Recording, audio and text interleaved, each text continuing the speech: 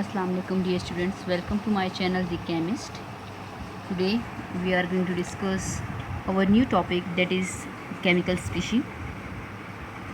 Last हमने कुछ topic हमने पढ़े थे जिसमें हमने एटम पढ़ा है, हमने कंपाउंड्स पढ़े हैं, एलिमेंट्स पढ़े हैं. अब हम आ रहे हैं केमिकल स्पीशी की तरफ, राइट. तो केमिकल स्पीशी हम किसे कहते हैं? केमिकल स्पीशी हमारे पास वो स्पीशी होती है जो हमारे पास केमिकल रिएक्शन में हिस्सा लेते हैं.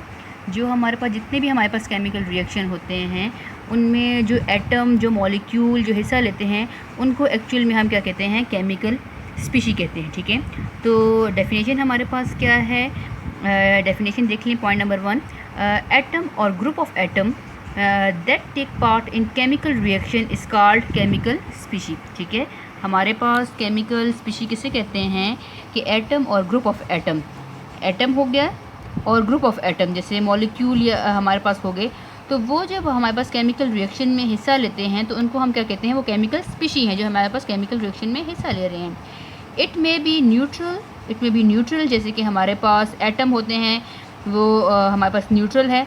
और it may carry a charge, या फिर हमारे पास आयन होते हैं जो हमारे पास चार्ज कैरी करते हैं. ठीक है, तो हमारे पास केमिकल स्पीशी में हमारे पास एटम भी हो सकते हैं जो कि न्यूट्रल होते हैं, मॉलिक्यूल भी होते हैं जो कि न्यूट्रल होते हैं, और it may carry a charge, तो इसमें हमारे पास आयन भी आ सकते हैं. ठीक है, जो हमारे पास पॉजिटिव नेगेटिव चार्ज कैरी करते हैं. इसमें हमारे पास मॉलिक्यूलर आयन भी आ सकते हैं जो हमारे पास positive and negative charge carry करते हैं. ठीक है, तो हमारे पास केमिकल स्पीशी किसे कहते हैं? हमारे पास जो केमिकल रिएक्शन में हिस्सा जो चीज़ लेती है उसको हम केमिकल स्पीशी कहते हैं. और केमिकल स्पीशी में हमारे पास क्या क्या आता है? Classified into atom, ion, molecule. ठीक है, एक्सेट्रा. अब फर्स्ट हमारे पास क्या है? What is ion?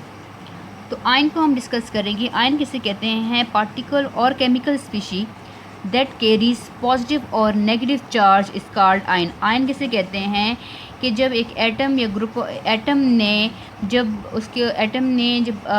पॉजिटिव और नेगेटिव चार्ज कैरी करता है अपने ऊपर, तो उसको हम क्या कहते हैं? उसको हम आयन कहते हैं. ठीक है, एटम और ग्रुप ऑफ एटम या फिर ग्रुप ऑफ एटम ने जिसमें हमारे पास मॉलिक्यूल भी आ सकता है, वो जब हमारे पास चार्ज कैरी करते हैं, दैट चार्ज में भी पॉजिटिव और नेगेटिव चार्ज कैरी करते हैं, तो उसको हम क्या कहते हैं? उसको हम आयन कहते हैं. ठीक है, व्हेन एटम और group of atom carries a positive और negative charge is called ion.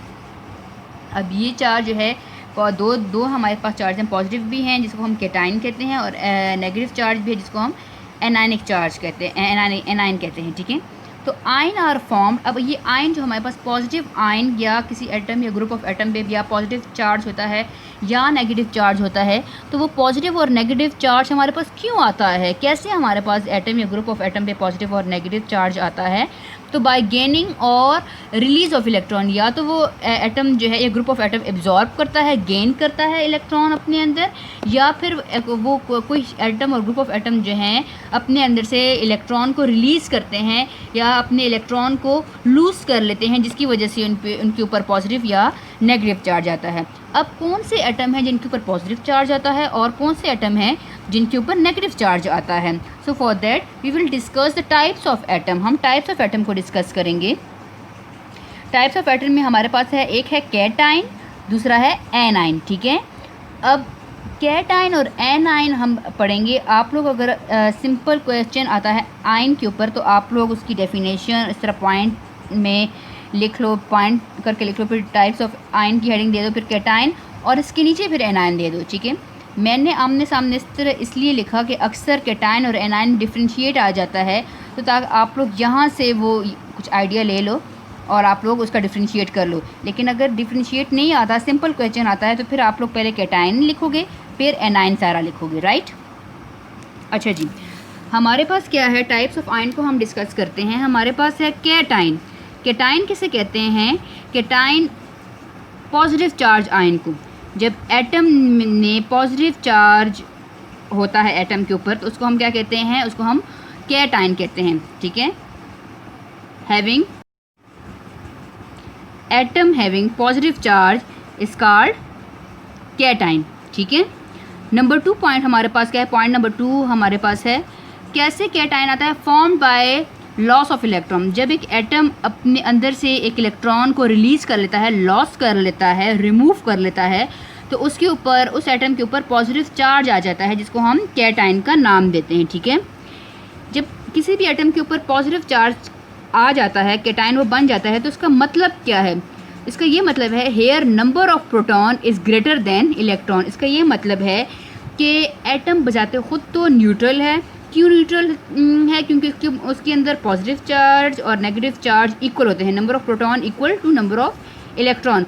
अब जब एक एटम अपने अंदर से इलेक्ट्रॉन रिलीज़ कर लेता है, रिमूव कर लेता है, या अपना एक इलेक्ट्रॉन लॉस कर लेता है, तो क्या होता है उसमें नंबर ऑफ प्रोटॉन तो बढ़ जाते हैं, ग्रेटर हो जाते हैं, और नंबर ऑफ इलेक्ट्रॉन की कमी आ जाती है।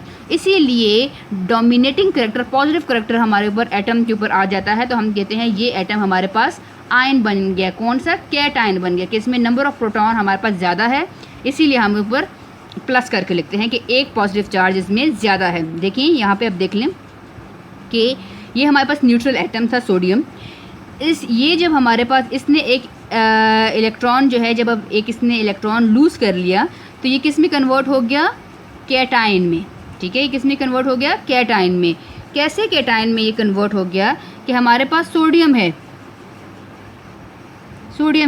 Atomic number 11, that mean sodium has 11 electron equal to 11 proton. इसमें 11 इलेक्ट्रॉन होंगे और 11 प्रोटॉन होंगे, मतलब इसके न्यूक्लियस में 11 प्रोटॉन हैं और इसके शेल में 11 इलेक्ट्रॉन रिवॉल्व कर रहे हैं। अब इस सोडियम एटम न्यूट्रल ने जब हमारे पास एक इलेक्ट्रॉन रिमूव कर लिया है, एक इलेक्ट्रॉन रिलीज़ कर लिया है, तो हमारे पास ये कन्वर्ट हो गया है सोडियम 10 में। दैट मीन एक इलेक्ट्रॉन रिमूव हो गया है, तो ये हमारे पास क्या अब किसने कन्वर्ट हो गया कि इसमें नंबर ऑफ़ इलेक्ट्रॉन तो 10 हो गए हैं, क्योंकि एक इलेक्ट्रॉन इसने लूज़ कर लिया है, बट नंबर ऑफ़ प्रोटॉन कितने हैं? 11 ही हैं, ठीक है। नंबर ऑफ़ प्रोटॉन 11 ही है, तो एक प्रोटॉन की ज़्यादती है, इसीलिए हम इसके ऊपर पॉजिटिव चार्ज लिख लेते हैं। तो ये पॉजिटिव चार्ज क्यों आया है? कि इसमें एक पॉजिटिव प्रोटॉन जो है वो ज़्यादा है एज़ कम्पेयर टू इलेक्ट्रॉन, ठीक है। इसी तरह कैल्शियम है, कैल्शियम हमारे पास ग्रुप 2 से बिलोंग करता है।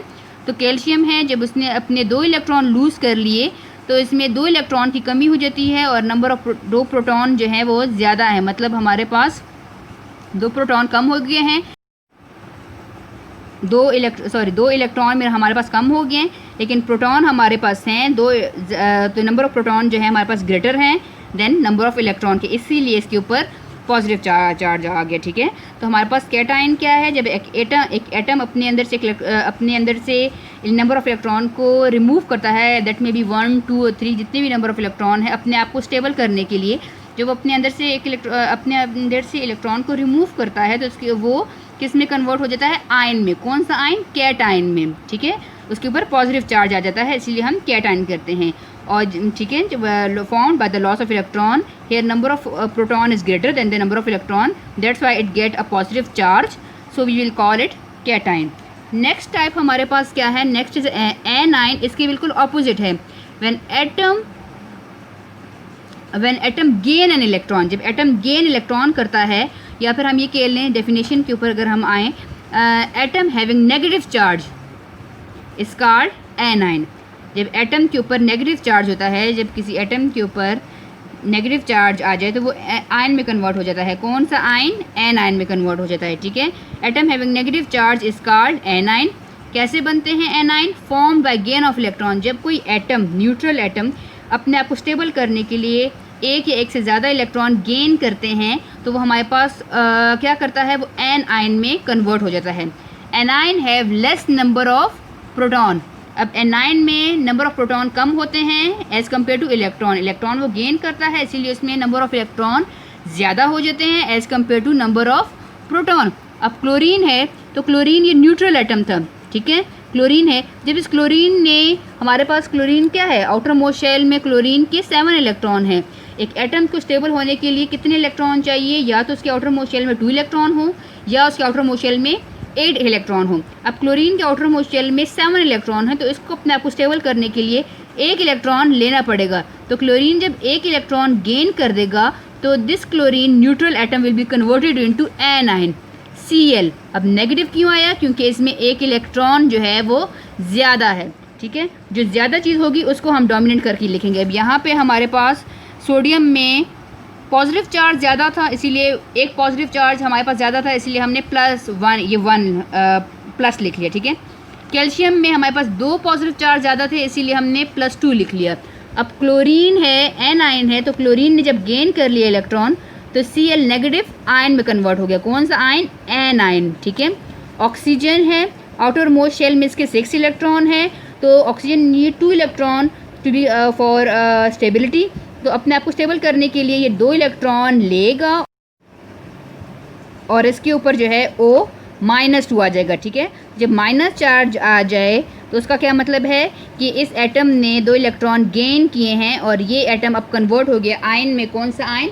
एनाइन में कन्वर्ट हो गया, ठीक है। तो हमने आज क्या पढ़ा? हमने आज केमिकल स्पीशी पढ़ा। केमिकल स्पीशी किसे कहते हैं? फिर हमने केमिकल स्पीशी में जो है कि जो है हमारे पास स्पीशी केमिकल रिएक्शन में हिस्सा ले, इस तरह के केमिकल रिएक्शन में हिस्सा ले, उसको हम क्या कहते हैं? केमिकल स्पीशी कहते हैं। केमिकल स्पीशी में हमारे पास एटम भी आता है, आयन भी आता है, मॉलिक्यूल भी आता है, मॉलिक्यूलर आयन, ये सारे आते हैं हमारे पास, ठीक है।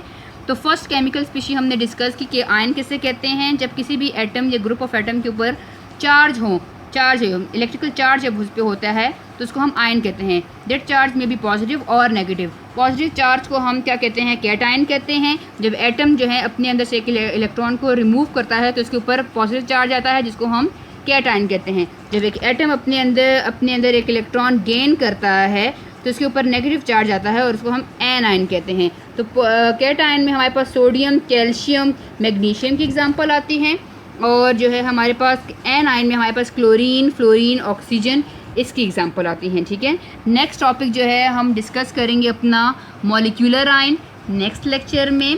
सो till then bye. If you like my video, subscribe my channel, like my video and share it. Thank you.